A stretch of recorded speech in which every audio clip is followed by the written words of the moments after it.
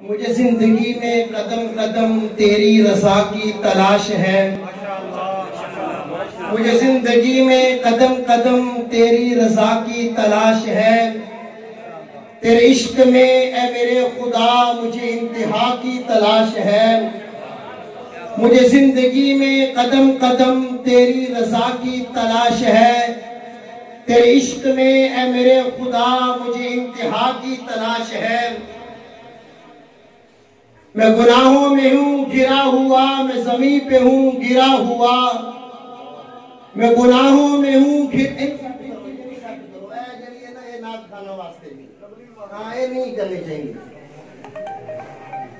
میں گناہوں میں ہوں گرا ہوا، میں زمین پہ ہوں گرا ہوا. جو گناہ سے مجھے نجات دے، مجھے اس دعا کی تلاش ہے. مجھے زندگی میں قدم قدم تیری رضا کی تلاش ہے.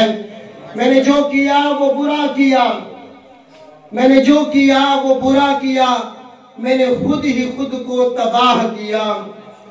میں نے جو کیا وہ برا کیا، میں نے خود ہی خود کو تباہ کیا. جو تجھے پسند ہو مجھے اس ادا کی تلاش ہے. مجھے زندگی میں قدم قدم تیری رضا کی تلاش ہے. عبادت خدا وہی ہے، محمد ہے جن کا نام صلی اللہ ہو. بلند آواز سے صلی اللہ ہو، بلند آواز سے صلی اللہ ہو. عبادت خدا وہی ہے، محمد ہے جن کا نام. بے حد درود ان پہ، بے انتہا سلام صلی اللہ ہو. صلی اللہ ہو. پڑھ دو درود چھیڑوں میں بات مصطفیٰ کی. میرے لبوں کی زینت ہے نعت مصطفیٰ کی.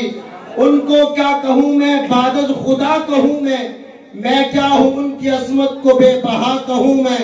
ہے تخجل سے بھی ماورا ذات مصطفیٰ کی. پڑھ دو درود چھیڑوں صلی اللہ ہو، بلند آواز سے صلی اللہ ہو. میں بلا تمہید سب کچھ چھوڑ کے یہ کہنا چاہتا ہوں، قرآن مجید فرقان حمید کے پہلے پارے میں اللہ تعالیٰ فرماتے ہیں ربنا وبعث فیہم رسولا.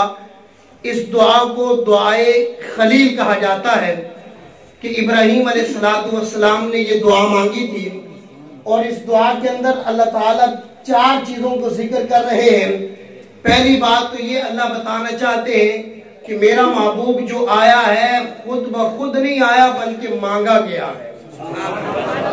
اور دوسری بات اس دعا سے یہ سمجھ آتی ہے کہ آقا کے آنے سے پہلے ہی میرے محبوب کے تذکرے ہو گئے تھے. ٹھیک ہے جی. اور تیسری بات یہ ہے کہ اللہ جو تو اپنا محبوب بھیجے گا وہ کن میں سے بھیجے گا. اور چوتھی بات یہ کہاں بھیجے گا. میں مختصر 1-2 باتیں عرض کرنا چاہتا ہوں. پہلی توجہ میری طرف آپ توجہ رکھیں. پہلی بات یہ کہ ربنا وبعث فیہم رسولا. اللہ جو تیرا محبوب آیا ہے اس کو مانگا گیا تھا یا خود بخود آیا ہے؟ فرمایا نہیں، میں نے ابراہیم خلیل کو کہا بیت اللہ بناؤ. ابراہیم خلیل نے بیت اللہ بنایا. میں نے ابراہیم سے کہا اولاد قربان کرو. ابراہیم نے اولاد قربان کی. میں نے کہا جان قربان کرو. ابراہیم نے جان قربان کی. میں نے کہا وطن قربان کرو. ابراہیم نے وطن قربان کیا. تب میں نے کہا بیت اللہ بناؤ. ابراہیم نے بیت اللہ بنایا. بیت اللہ بن گیا. جس وقت سارے امتحانوں میں جناب خلیل کامیاب ہو گئے، پھر جناب خلیل سے ذات قدوس نے کہا ابراہیم میں تجھے انعام دینا چاہتا ہوں، مانگو کیا مانگنا چاہتے ہو.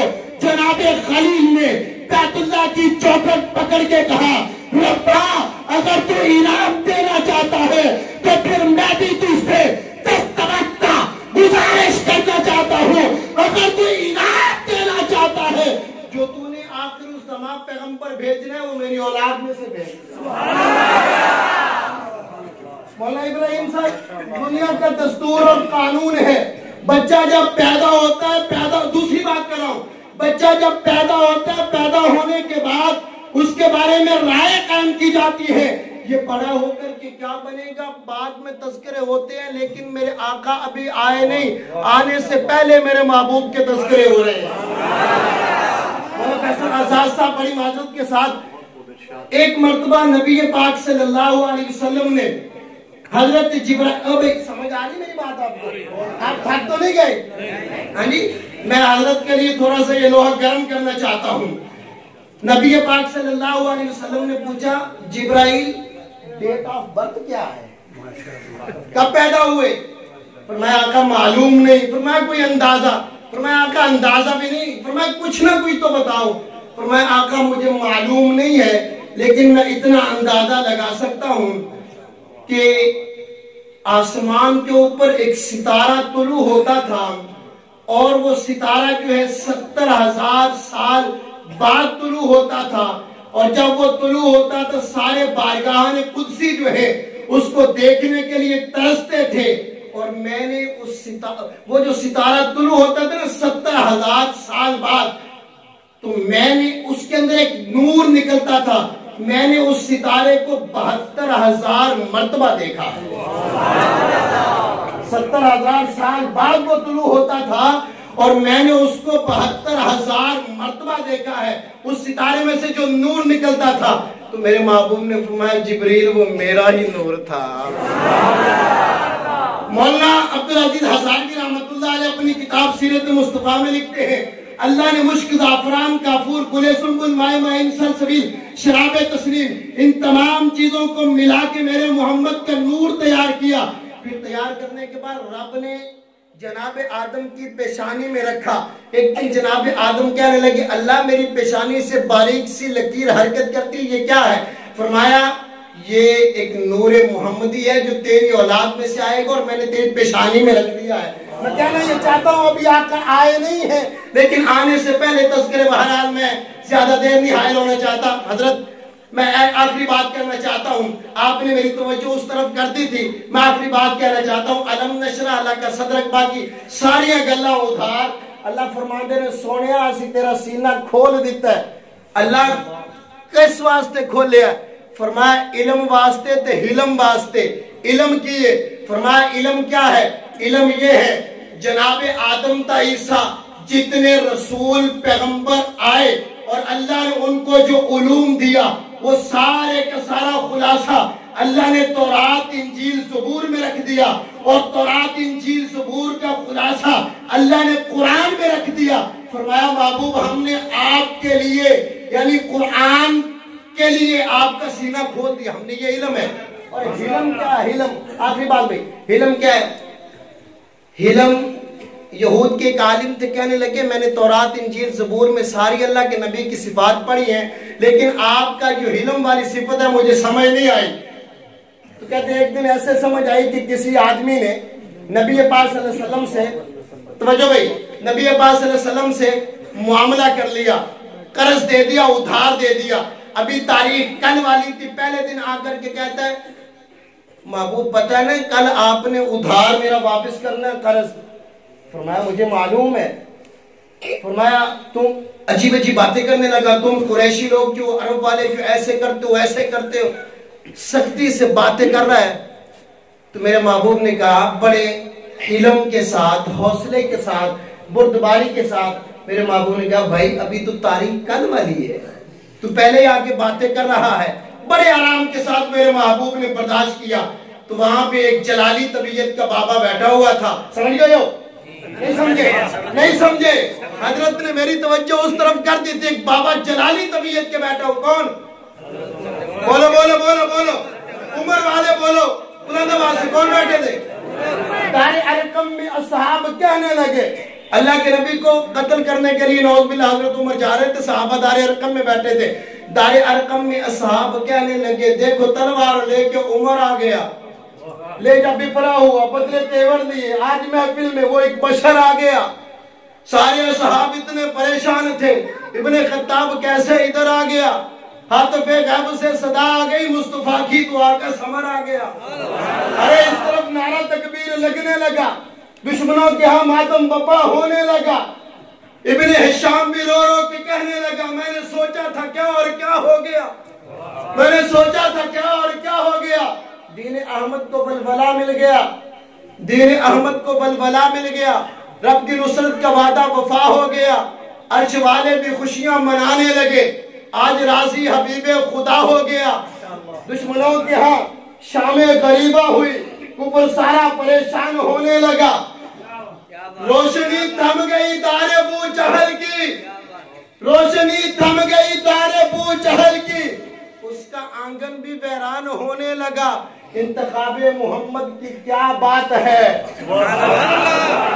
انتخاب محمد کی کیا بات ہے، بول جس کا قرآن ہونے لگا۔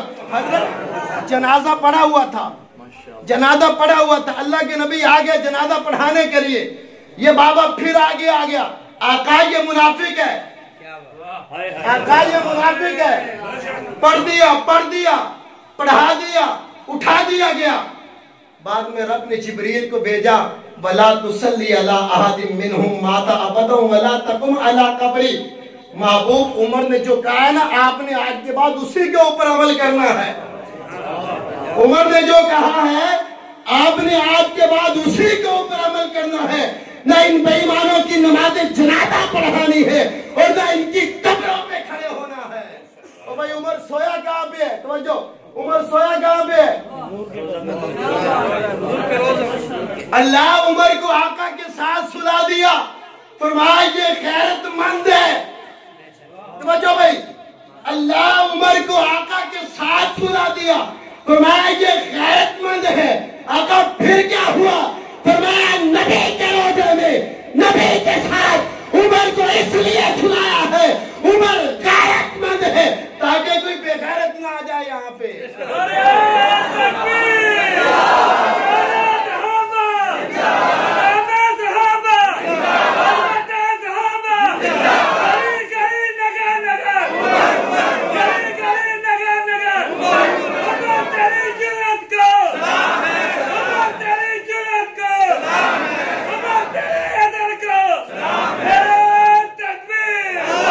اس لیے سلا دیا یہ غیرت مند ہے، اور کوئی بے غیرت جہاں پہ نہ آ جائے، معذرت کے ساتھ کوئی بے غیرت۔ تو بھائی میدان سجدہ جنگ نال، میدان سجدہ جنگ نال، میدان سجدہ جنگ نال